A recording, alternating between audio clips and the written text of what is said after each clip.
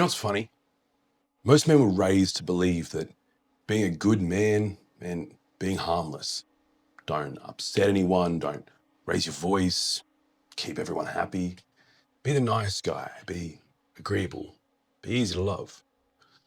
And at first it sounds right, it sounds noble, but underneath it, what most men really learned was, if I'm strong, I lose love. If I speak up, if I draw a line, if I show my anger or my truth, people will pull away.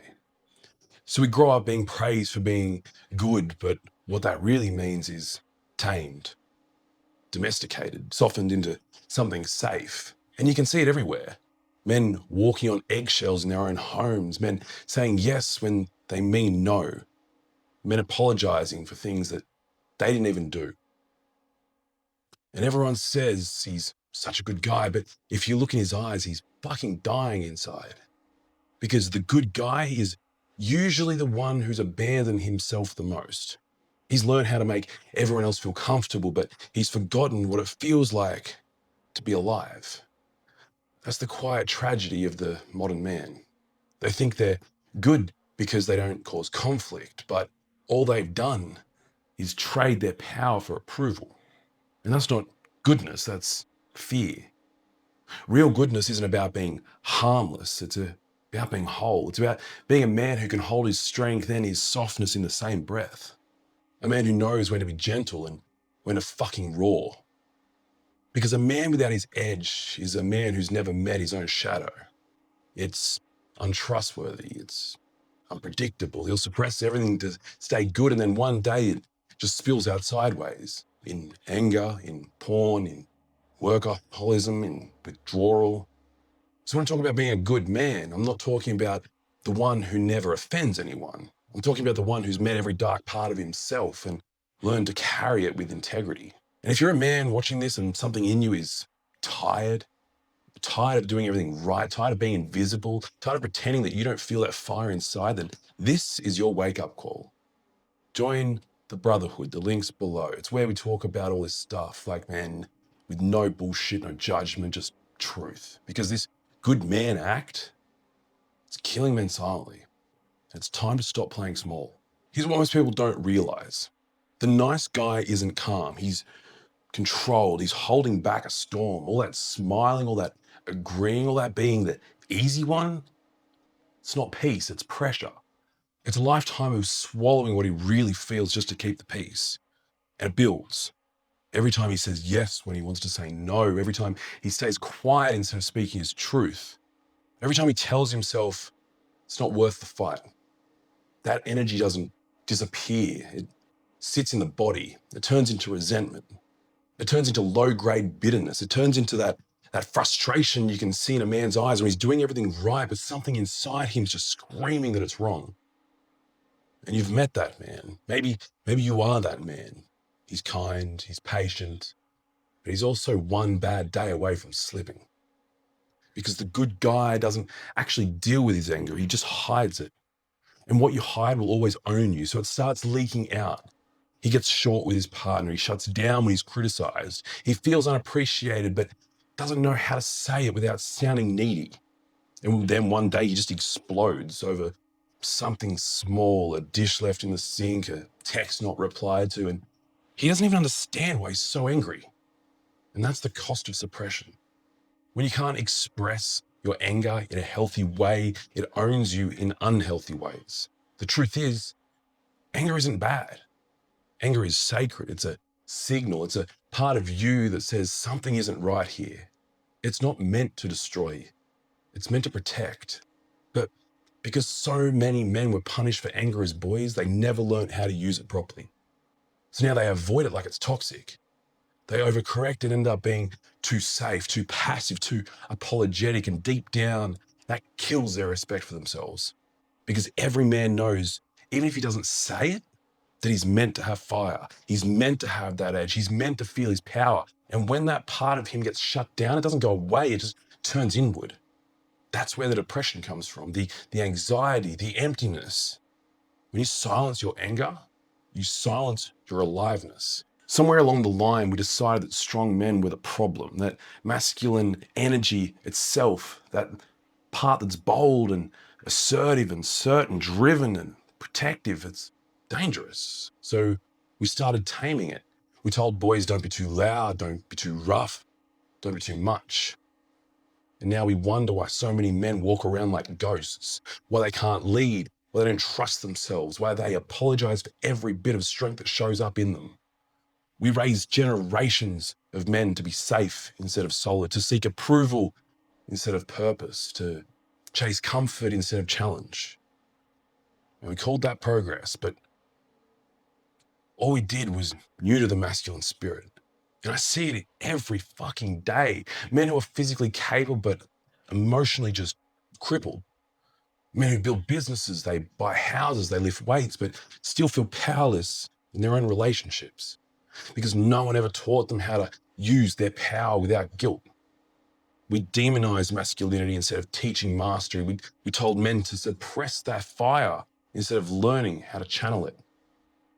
But a man without fire is not peaceful. He's just hollow. He's disconnected from the part of himself that was meant to create and protect and lead. But listen, the power without consciousness is just dangerous. That's true. But the answer isn't to make men weaker. The answer is to make them wiser. The world doesn't need more good men.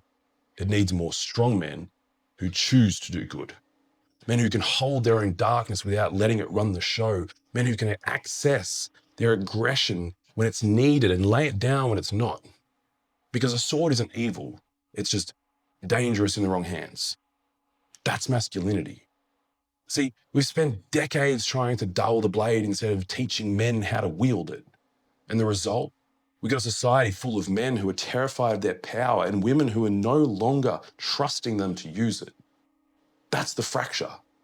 That's why polarity is collapsing. That's why relationships feel backwards, because men aren't standing in their rightful power. They're performing safety.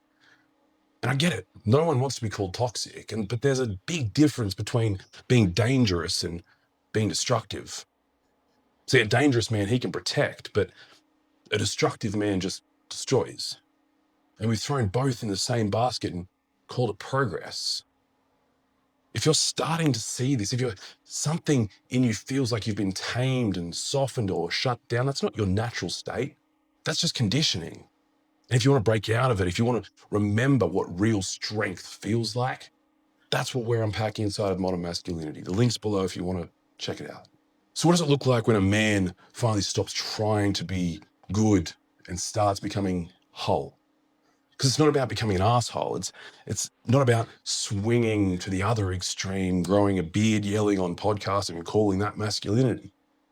It's about integration. It's about remembering that a man's depth and his danger are meant to coexist. Because a real man doesn't suppress his anger. He knows how to use it. He doesn't avoid conflict. He faces it with calm. He doesn't crave control. He commands respect through presence. And he's not ruled by his emotions, but he's not disconnected from them either. Because he feels deeply, but he acts deliberately. And that balance, that's power. When you've met your own shadow, when you've faced that part of you that's impulsive and lustful, selfish, or even cruel, you've learned how to hold it without collapsing or projecting onto the world.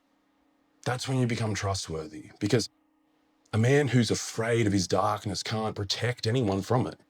He'll hide it. He'll pretend that it's not there and it'll slip out when no one's looking.